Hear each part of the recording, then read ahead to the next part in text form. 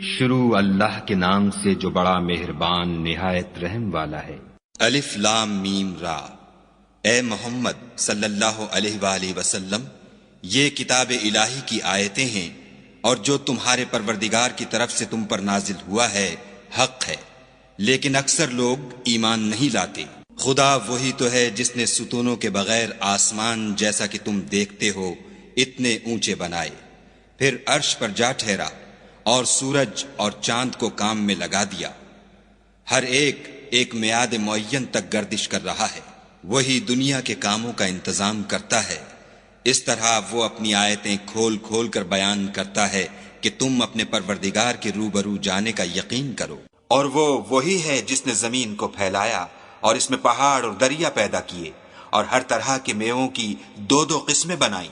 وہی رات کو دن کا لباس پہناتا ہے، غور کرنے والوں کے لیے اس میں بہت سی نشانیاں ہیں۔ اور زمین میں کئی طرح کے قطعات ہیں ایک دوسرے سے ملے ہوئے، اور انگور کے باغ اور کھیتی اور کھجور کے درخت، بعض کی بہت سی شاخیں ہیں اور بعض کی اتنی نہیں ہوتی، باوجود کہ پانی سب کو ایک ہی ملتا ہے، اور ہم بعض میووں کو بعض پر لذت میں فضیلت دیتے ہیں، اور اس میں سمجھنے والوں کے لیے بہت سی نشانیاں ہیں۔ اگر تم عجیب بات سننی چاہو تو کافروں کا یہ کہنا عجیب ہے کہ جب ہم مر کر مٹی ہو جائیں گے تو کیا از سر نو پیدا ہوں گے؟ یہی لوگ ہیں جو اپنے پروردگار سے منکر ہوئے ہیں، اور یہی ہیں جن کی گردنوں میں طوق ہوں گے، اور یہی اہل دوزخ ہیں کہ ہمیشہ اس میں جلتے رہیں گے۔ اور یہ لوگ بھلائی سے پہلے تم سے برائی کے جلد خواستگار یعنی طالب عذاب ہیں، حالانکہ ان سے پہلے عذاب واقع ہو چکے ہیں، اور تمہارا پروردگار لوگوں کو باوجود ان کی بے انصافیوں کے معاف کرنے والا ہے، اور بے شک تمہارا پروردگار سخت عذاب دینے والا ہے۔ اور کافر لوگ کہتے ہیں کہ اس پیغمبر پر اس کے پروردگار کی طرف سے کوئی نشانی نازل نہیں ہوئی، سو اے محمد صلی اللہ علیہ وآلہ وسلم، تم تو صرف ہدایت کرنے والے ہو اور ہر ایک قوم کے لیے رہنما ہوا کرتا ہے۔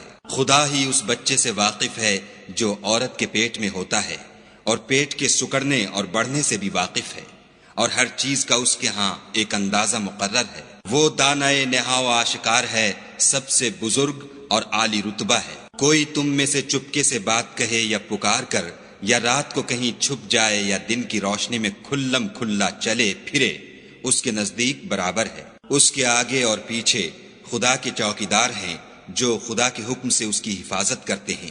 خدا اس نعمت کو جو کسی قوم کو حاصل ہے نہیں بدلتا جب تک کہ وہ اپنی حالت کو نہ بدلے، اور جب خدا کسی قوم کے ساتھ برائی کا ارادہ کرتا ہے تو پھر وہ پھر نہیں سکتی، اور خدا کے سوا ان کا کوئی مددگار نہیں ہوتا۔ اور وہی تو ہے جو تم کو ڈرانے اور امید دلانے کے لیے بجلی دکھاتا اور بھاری بھاری بادل پیدا کرتا ہے، اور رعد اور فرشتے سب اس کے خوف سے اس کی تسبیح و تحمید کرتے رہتے ہیں، اور وہی بجلیاں بھیجتا ہے، پھر جس پر چاہتا ہے گرا بھی دیتا ہے، اور وہ خدا کے بارے میں جھگڑتے ہیں، اور وہ بڑی قوت والا ہے۔ سود مند پکارنا تو اسی کا ہے، اور جن کو یہ لوگ اس کے سوا پکارتے ہیں وہ ان کی پکار کو کسی طرح قبول نہیں کرتے، مگر اس شخص کی طرح جو اپنے دونوں ہاتھ پانی کی طرف پھیلا دے تاکہ دور ہی سے اس کے منہ تک آ پہنچے، حالانکہ وہ اس تک کبھی بھی نہیں آ سکتا، اور اسی طرح کافروں کی پکار بیکار ہے۔ اور جتنی مخلوقات آسمانوں اور زمین میں ہے،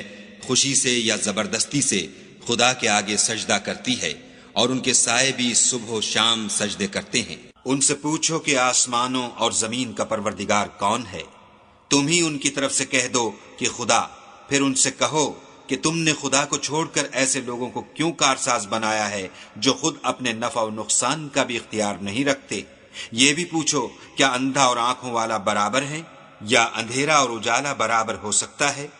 بھلا ان لوگوں نے جن کو خدا کا شریک مقرر کیا ہے، کیا انہوں نے خدا کی سی مخلوقات پیدا کی ہے جس کے سبب ان کو مخلوقات مشتبہ ہو گئی ہے؟ کہہ دو کہ خدا ہی ہر چیز کا پیدا کرنے والا ہے، اور وہ یکتا اور زبردست ہے۔ اسی نے آسمان سے میں برسایا، پھر اس سے اپنے اپنے اندازے کے مطابق نالے بہ نکلے، پھر نالے پر پھولا ہوا جھاگ آ گیا، اور جس چیز کو زیور یا کوئی اور سامان بنانے کے لیے آگ میں تپاتے ہیں اس میں بھی ایسا ہی جھاگ ہوتا ہے۔ اس طرح خدا حق اور باطل کی مثال بیان فرماتا ہے۔ سو جھاگ تو سوکھ کر زائل ہو جاتا ہے، اور پانی جو لوگوں کو فائدہ پہنچاتا ہے وہ زمین میں ٹھہرا رہتا ہے۔ اس طرح خدا صحیح اور غلط کی مثالیں بیان فرماتا ہے تاکہ تم سمجھو۔ جن لوگوں نے خدا کے حکم کو قبول کیا ان کی حالت بہت بہتر ہوگی، اور جنہوں نے اس کو قبول نہ کیا، اگر روئے زمین کے سب خزانے ان کے اختیار میں ہوں تو وہ سب کے سب اور ان کے ساتھ اتنے ہی اور نجات کے بدلے میں صرف کر ڈالیں، مگر نجات کہاں؟ ایسے لوگوں کا حساب بھی برا ہوگا اور ان کا ٹھکانہ بھی دوزخ ہے، اور وہ بری جگہ ہے۔ بھلا جو شخص یہ جانتا ہے کہ جو کچھ تمہارے پروردگار کی طرف سے تم پر نازل ہوا ہے حق ہے، وہ اس شخص کی طرح ہے جو اندھا ہے، اور سمجھتے تو وہی ہیں جو عقل مند ہیں، جو خدا کے عہد کو پورا کرتے ہیں اور اقرار کو نہیں توڑتے، اور جن رشتہ ہائے قرابت کے جوڑے رکھنے کا خدا نے حکم دیا ان کو جوڑے رکھتے اور اپنے پروردگار سے ڈرتے رہتے اور برے حساب سے خوف رکھتے ہیں، اور جو پروردگار کی خوشنودی حاصل کرنے کے لیے مصائب پر صبر کرتے ہیں اور نماز پڑھتے ہیں، اور جو مال ہم نے ان کو دیا ہے اس میں سے پوشیدہ اور ظاہر خرچ کرتے ہیں اور نیکی سے برائی کو دور کرتے ہیں، یہی لوگ ہیں جن کے لیے عاقبت کا گھر ہے، یعنی ہمیشہ رہنے کے باغات جن میں وہ داخل ہوں گے، اور ان کے باپ دادا اور بیویوں اور اولاد میں سے جو نیکوکار ہوں گے وہ بھی بہشت میں جائیں گے، اور فرشتے بہشت کے ہر ایک دروازے سے ان کے پاس آئیں گے اور کہیں گے تم پر رحمت ہو، یہ تمہاری ثابت قدمی کا بدلہ ہے، اور عاقبت کا گھر خوب گھر ہے۔ اور جو لوگ خدا سے عہد واثق کر کے اس کو توڑ ڈالتے اور جن رشتہ ہائے قرابت کے جوڑے رکھنے کا خدا نے حکم دیا ہے ان کو قطع کر دیتے اور ملک میں فساد کرتے ہیں، ایسوں پر لعنت ہے، اور ان کے لیے گھر بھی برا ہے۔ خدا جس کا چاہتا ہے رزق فراخ کر دیتا ہے اور جس کا چاہتا ہے تنگ کر دیتا ہے، اور کافر لوگ دنیا کی زندگی پر خوش ہو رہے ہیں، اور دنیا کی زندگی آخرت کے مقابلے میں بہت تھوڑا فائدہ ہے۔ اور کافر کہتے ہیں کہ اس پیغمبر پر اس کے پروردگار کی طرف سے کوئی نشانی کیوں نازل نہیں ہوئی؟ کہہ دو کہ خدا جسے چاہتا ہے گمراہ کرتا ہے، اور جو اس کی طرف رجوع ہوتا ہے اس کو اپنی طرف کا رستہ دکھاتا ہے۔ یعنی جو لوگ ایمان لاتے اور جن کے دل یاد خدا سے آرام پاتے ہیں ان کو، اور سن رکھو کہ خدا کی یاد سے دل آرام پاتے ہیں۔ جو لوگ ایمان لائے اور عمل نیک کیے ان کے لیے خوشحالی اور عمدہ ٹھکانہ ہے۔ جس طرح ہم اور پیغمبر بھیجتے رہے ہیں اسی طرح اے محمد صلی اللہ علیہ وآلہ وسلم ہم نے تم کو اس امت میں جس سے پہلے بہت سی امتیں گزر چکی ہیں بھیجا ہے، تاکہ تم ان کو وہ کتاب جو ہم نے تمہاری طرف بھیجی ہے پڑھ کر سنا دو۔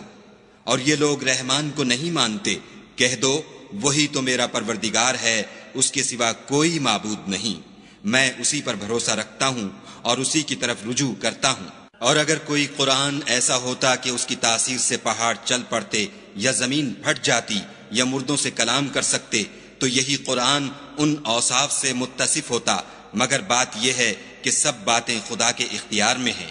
تو کیا مومنوں کو اس سے اطمینان نہیں ہوا کہ اگر خدا چاہتا تو سب لوگوں کو ہدایت کے رستے پر چلا دیتا، اور کافروں پر ہمیشہ ان کے اعمال کے بدلے بلا آتی رہے گی یا ان کے مکانات کے قریب نازل ہوتی رہے گی، یہاں تک کہ خدا کا وعدہ آ پہنچے۔ بے شک خدا وعدہ خلاف نہیں کرتا۔ اور تم سے پہلے بھی رسولوں کے ساتھ تمسخر ہوتے رہے ہیں، تو ہم نے کافروں کو مہلت دی پھر پکڑ لیا، سو دیکھ لو کہ ہمارا عذاب کیسا تھا۔ تو کیا جو خدا ہر متنفس کے اعمال کا نگراں و نگہبان ہے وہ بتوں کی طرح بے علم و بے خبر ہو سکتا ہے؟ اور ان لوگوں نے خدا کے شریک مقرر کر رکھے ہیں، ان سے کہو کہ ذرا ان کے نام تو لو۔ کیا تم اسے ایسی چیزیں بتاتے ہو جس کو وہ زمین میں کہیں بھی معلوم نہیں کرتا، یا محض ظاہری باطل اور جھوٹی بات کی تقلید کرتے ہو؟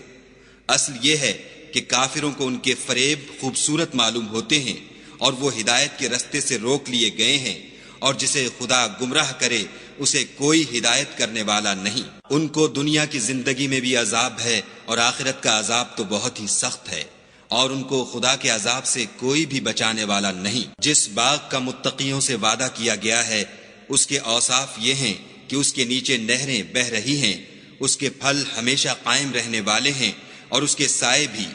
یہ ان لوگوں کا انجام ہے جو متقی ہیں، اور کافروں کا انجام دوزخ ہے۔ اور جن لوگوں کو ہم نے کتاب دی ہے وہ اس کتاب سے جو تم پر نازل ہوئی ہے خوش ہوتے ہیں، اور بعض فرقے اس کی بعض باتیں نہیں بھی مانتے۔ کہہ دو کہ مجھ کو یہی حکم ہوا ہے کہ خدا ہی کی عبادت کروں اور اس کے ساتھ کسی کو شریک نہ بناؤں۔ میں اسی کی طرف بلاتا ہوں اور اسی کی طرف مجھے لوٹنا ہے۔ اور اسی طرح ہم نے اس قرآن کو عربی زبان کا فرمان نازل کیا ہے، اور اگر تم علم و دانش آنے کے بعد ان لوگوں کی خواہشوں کے پیچھے چلو گے تو خدا کے سامنے کوئی نہ تمہارا مددگار ہوگا اور نہ کوئی بچانے والا۔ اور اے محمد صلی اللہ علیہ وآلہ وسلم، ہم نے تم سے پہلے بھی پیغمبر بھیجے تھے اور ان کو بیویاں اور اولاد بھی دی تھی، اور کسی پیغمبر کے اختیار کی بات نہ تھی کہ خدا کے حکم کے بغیر کوئی نشانی لائے۔ ہر حکم قضا کتاب میں مرقوم ہے۔ خدا جس کو چاہتا ہے مٹا دیتا ہے اور جس کو چاہتا ہے قائم رکھتا ہے، اور اسی کے پاس اصل کتاب ہے۔ اور اگر ہم کوئی عذاب جس کا ان لوگوں سے وعدہ کرتے ہیں تمہیں دکھائیں، یعنی تمہارے روبرو ان پر نازل کریں، یا تمہاری مدت حیات پوری کر دیں، یعنی تمہارے انتقال کے بعد عذاب بھیجیں، تو تمہارا کام ہمارے احکام کا پہنچا دینا ہے اور ہمارا کام حساب لینا ہے۔ کیا انہوں نے نہیں دیکھا کہ ہم زمین کو اس کے کناروں سے گھٹاتے چلے آتے ہیں، اور خدا جیسا چاہتا ہے حکم کرتا ہے، کوئی اس کے حکم کا رد کرنے والا نہیں، اور وہ جلد حساب لینے والا ہے۔ جو لوگ ان سے پہلے تھے وہ بھی بتہری چالیں چلتے رہے ہیں، سو چال تو سب اللہ ہی کی ہے۔ ہر متنفس جو کچھ کر رہا ہے وہ اسے جانتا ہے، اور کافر جلد معلوم کریں گے کہ عاقبت کا گھر یعنی انجام محمود کس کے لیے ہے۔ اور کافر لوگ کہتے ہیں کہ تم خدا کے رسول نہیں ہو۔ کہہ دو کہ میرے اور تمہارے درمیان خدا اور وہ شخص جس کے پاس کتاب آسمانی کا علم ہے گواہ کافی ہیں۔